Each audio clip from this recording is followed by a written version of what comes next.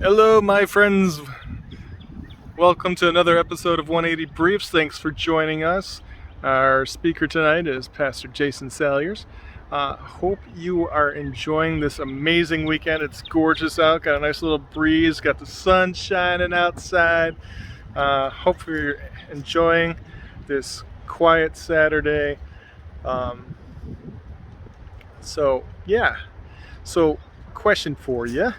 And of course, put your answers down in the comments and like this and share this and subscribe to the channel and whatnot. This, don't know how much longer we're going to be doing this because we are hopefully going to be coming back live soon, but we don't know. So, waiting to hear from all of you, see if you're ready to come back, if you want to come back, or if you're just okay with online all the time. Steven and whoever else 24/7. Anyway, so here's the question. Have you ever been in a situation where you wanted a friend or a family member to join you on a getaway or maybe just dinner or whatever the scenario is, but they just couldn't do it because they didn't have the money to do it, but you wanted them to go with you on this trip really badly? You wanted to have them with you because you just love spending time with them, and so you paid for it, gave them the money to come on the trip or go out to dinner with you or whatever the situation is. Or maybe it's a sibling or a little kid that wants to go to an event and they can't do it because they usually don't have money or whatever, and you just took care of it. Or better yet, have you been on the receiving side of that, where you see all your friends or your family going on some special getaway trip and you'd really like to go, but you just don't have the money. Sorry, it's really windy. And someone just came forward and was like, I got you covered. Did you ever have that? Well, those of you that are Christian, you know that this weekend symbolizes and represents that kind of, what I'm talking about is a very small version of it.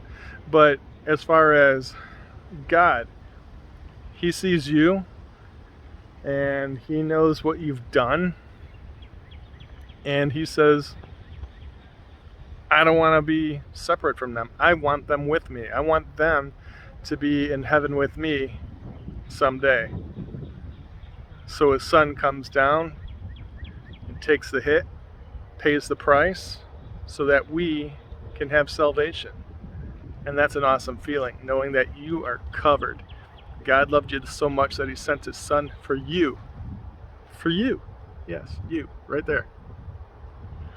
Anyway, guys, hope you have an amazing Easter weekend. Enjoy tomorrow, Resurrection Sunday. And the price has been paid for you, and your tab has been cleared, and He's standing at your door knocking. And when you open that door, He's going to be standing there with a shovel, and He's like, all right, let's go to the closet, get all the skeletons, and let's go bury them. Let's hit the reset button. And He's just waiting for you to ask Him to do so. So, guys, happy Easter. Have a great day. Thank you for joining us. Looking forward to seeing you guys face to face. I love you all. Other people from 180 have been telling me to tell everybody hi, and this is what I'm doing. Don't forget, if you have prayer requests, send it to 180hsdac@gmail.com, or if you got my number, you can text me and let me know the prayer requests. And welcome. Looking forward to seeing you guys. Love you. Bye. Hey 180, it's Pastor Jason, and I love every opportunity I have to be able to come and join you for 180 worship. And today is a very special day. I know you know that. This is Easter weekend, and this is the day that's known as Silent Saturday. And I want to share with you a monologue that I wrote a few years ago. Something that I wrote because when I think about the cross and I think about that weekend and I think about all the things that happened, there are so many different pieces. There are so many different faces. There are so many different people that come in and out of the story, and it's so interesting. And so I want to share this little monologue with you that I wrote a few years ago based on Simon. Simon, you can find this in Mark chapter 15. Now, I don't know if you know, just to begin with, I don't know if you know where Cyrene is, but Cyrene is in Libya, northern Africa. And I gotta be honest, I find it more than just a little interesting that the continent of Africa protected the baby Jesus from Herod in the time of the early years of his life. And it's Africa again that steps up when Jesus needs help. But I'm getting a little bit ahead of myself. In Jesus' time, there was this Greek colony of Cyrene in Libya. And this Cyrene in Libya was home to nearly 100,000 Jews. Jews that had brought with them their religion. So Greece had a colony. They sent some Jews there. Jews took their religion there. They took their religion, they took their customs, they took their hopes, they took their dreams. And apparently, whether Simon himself was a convert to Judaism or he had been born to Jewish parents, Simon finds himself over 800 miles away from home on this fateful day. We're told that Simon had two sons, one whose name was Alexander and one whose name was Rufus. We find that in Mark chapter 15. Paul in Romans mentions Rufus again. He refers to him as the one the Lord picked out to be his very own. So Peter in Acts tells us that Simon preached the gospel to the Greeks. So even though it seems rather happenstance, even though it seems kind of random, even though it seems potentially insignificant, Simon of Cyrene's experience that day changed him forever. And I imagine if you were to ask him about that day, he would tell you something pretty incredible.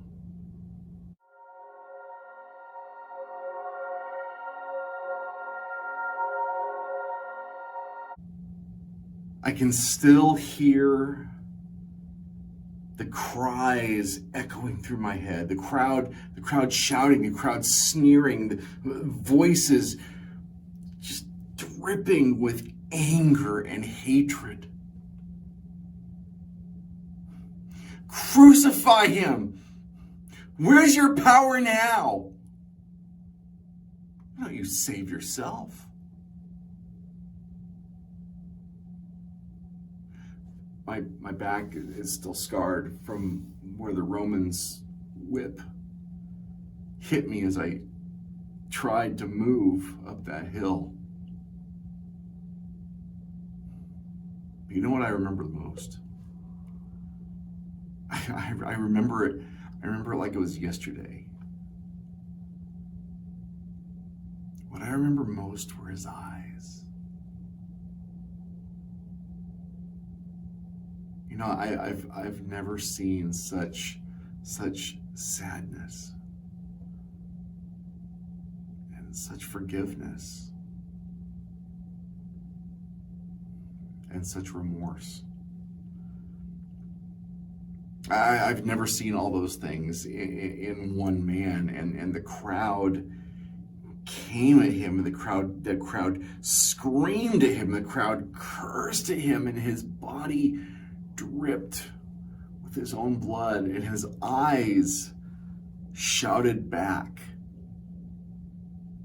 They were yelling at him, but he shouted back with his eyes, I love you. I forgive you. I'm doing this for you.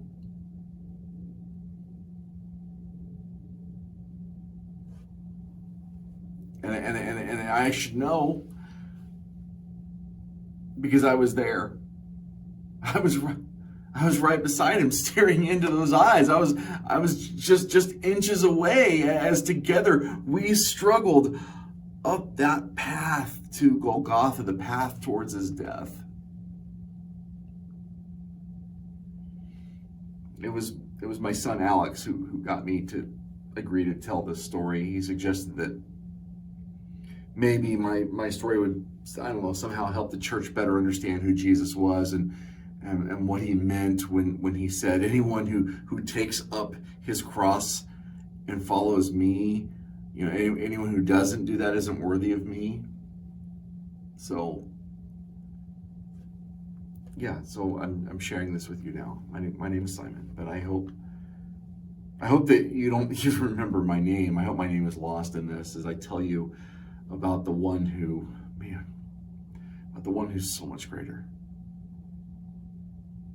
I hope that I would decrease and that he would just increase. As I share my story with you about this little tiny small part I got to play in God's plan of forgiveness.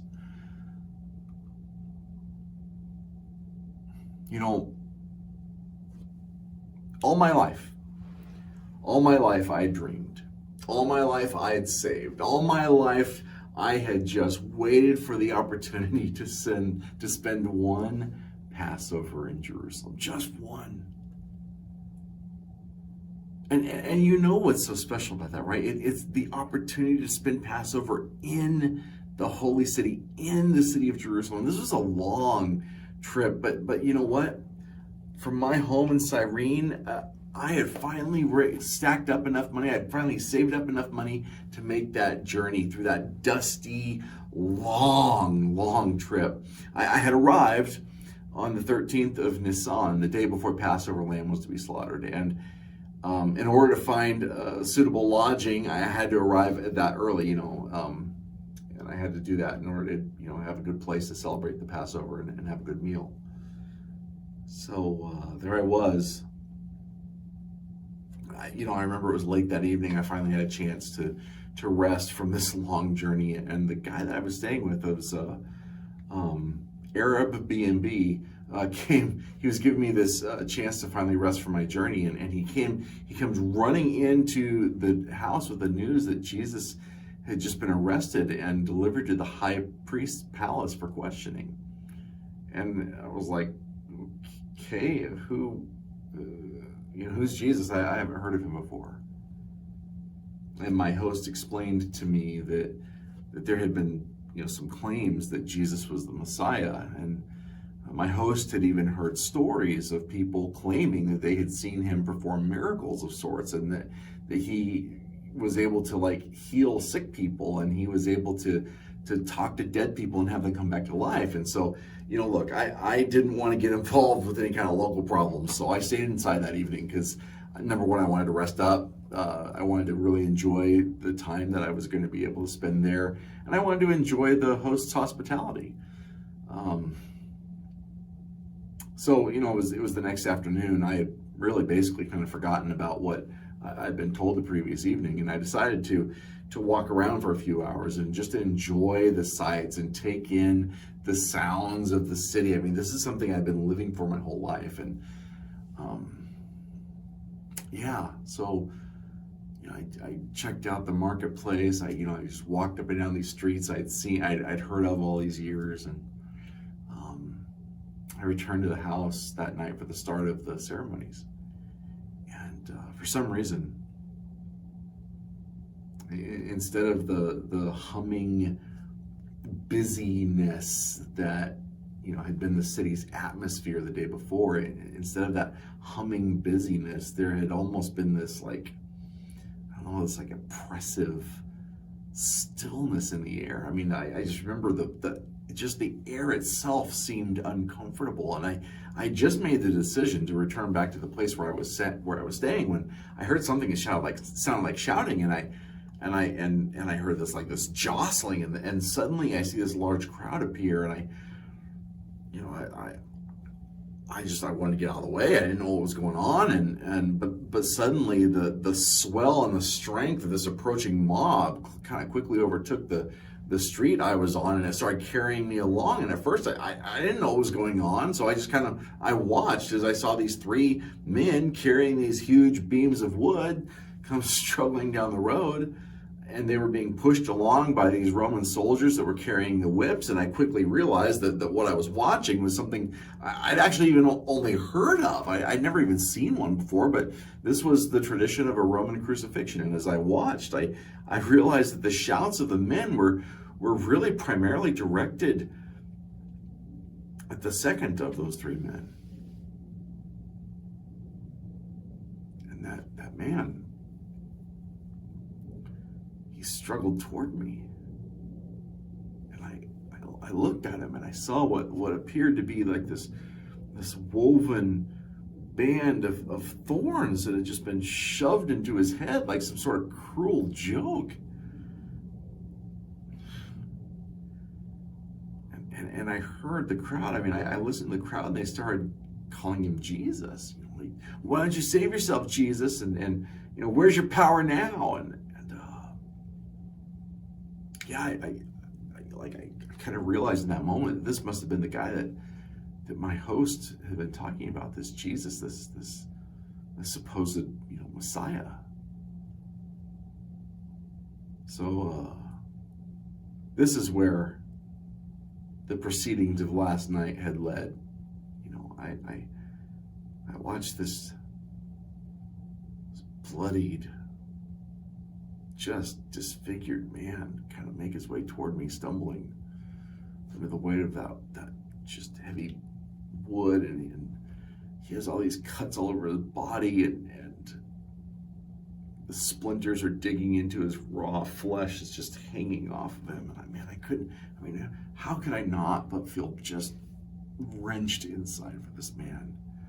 You know what? I mean, seriously, could this kind of punishment really be deserved? I mean, I don't care what you've done. Do you really deserve this kind of a punishment? And I became so absorbed in watching him. And I mean, there were so many things that just struck me about that scene. You know, I remember looking into his eyes, but I also remember, you know, all these nasty things that I hear being said to him and said about him, and like it hurt my own ears. Like it was gross, and he's not even responding really. I mean, he's not angry. He's not saying anything hostile. He's just giving these responses of love. And at times it was like he was looking for certain people in the crowd. And when he finally locked eyes with them, his eyes just told the whole story of, I'm doing this for you. I love you. It's okay.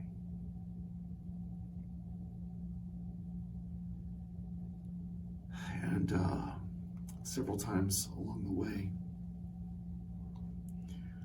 he fell under the weight of that beam, and finally he fell almost directly in front of me, and his feet, I mean, they couldn't take it anymore. His legs couldn't stand anymore. He just fell right in front of me, and a Roman soldier grabbed me, and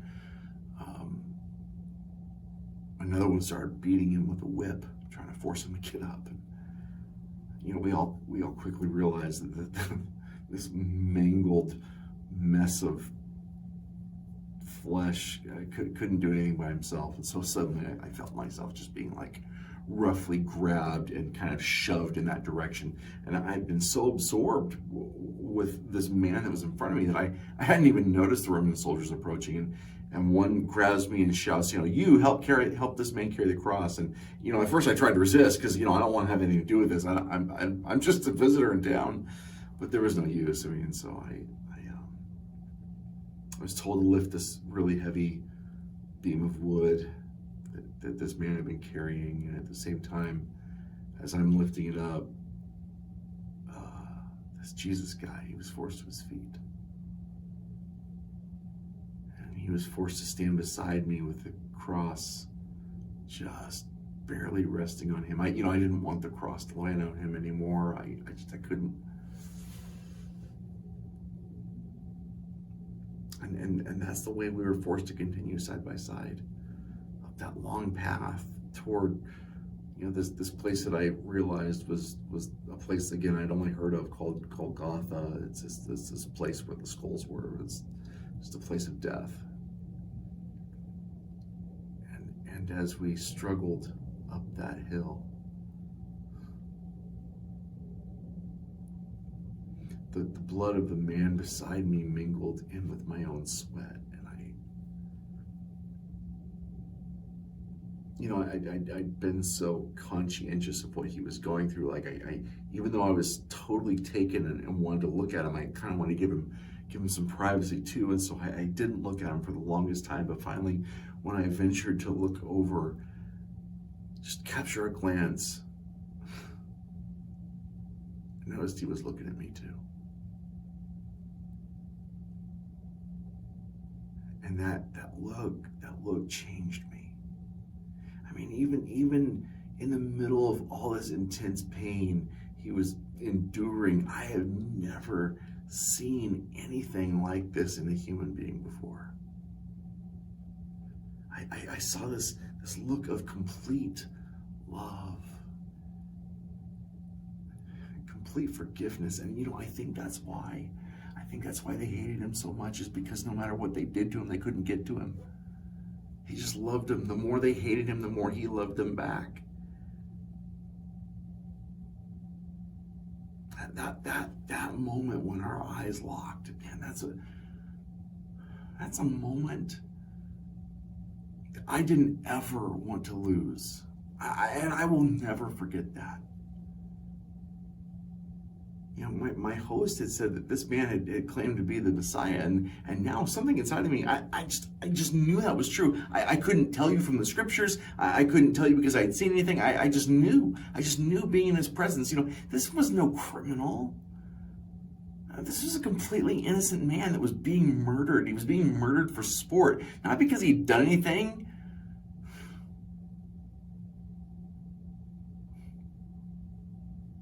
But because we had done something. I came to Jerusalem to take part in the sacrifice at the Passover, and instead I find out that I'm watching the sacrifice of the perfect lamb right in front of me.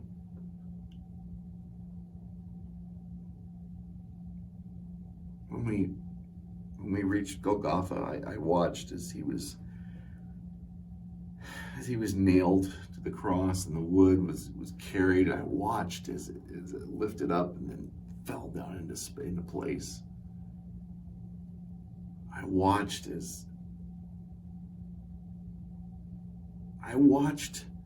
them watch him. And the contrast between the looks he was giving them and the looks they were giving him, I mean, it was night and day. It's unbelievable. I watched as Roman soldiers gambled for the just tiny little possessions that this man had.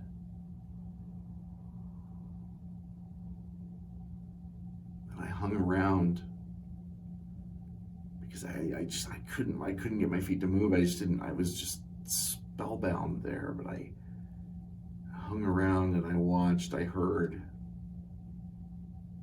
him say, "It is finished." I heard him cry out with this loud voice, "Father, into your hands I commend my spirit."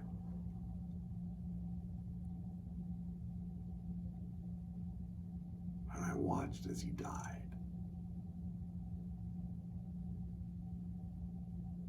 He died for you, and he died for me.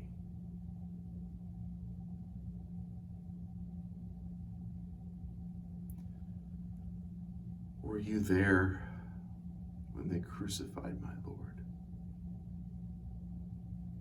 Were you there when they crucified my Lord?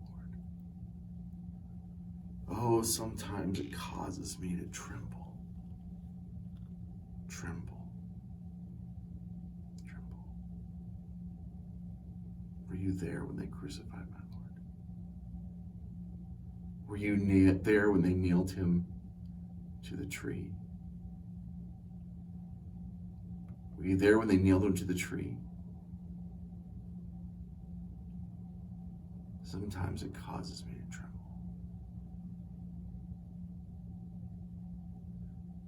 Were you there when they laid him in the tomb?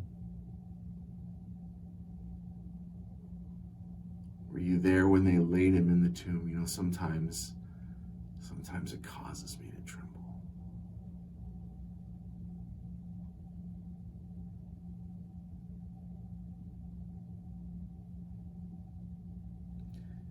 Once a year, the Jewish festival of Passover is held, and it commemorates the time when God delivered the Israelites out of slavery in Egypt. And at Passover, there's 4 cups. There's 4 cups and there's 4 promises. There's a cup for sanctification. There's a cup for deliverance. There's a cup for redemption. There's a cup for protection. But there's a 5th cup. A 5th promise. It's the cup of God's wrath poured out over evil, filled with the wine of God's judgment for a world that has willfully chosen sin. It's a cup of wrath. It's a cup that was ours to drink. But God, in his infinite love, wasn't willing to just hand us over to the upcoming wrath. So in an unimaginable act of compassion, God stepped in and grabbed that cup and drank that in our place, to suffer our punishment, to die our death, to hang on the cross that we deserved, to hang alone and naked. Jesus drank the shame. He drank the desolation. He drank the destruction that was, it was rightfully yours, it was rightfully mine, and finally he said, it is finished.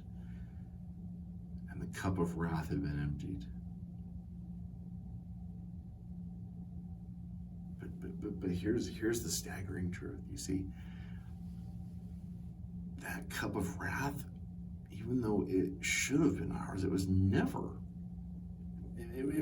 ours to drink. See, before the earth even had a foundation, God already chose to drink that cup of wrath.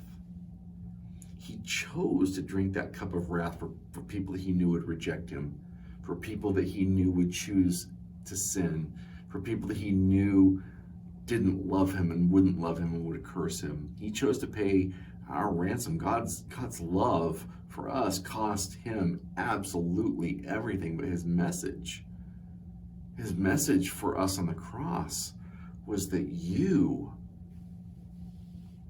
were worth it.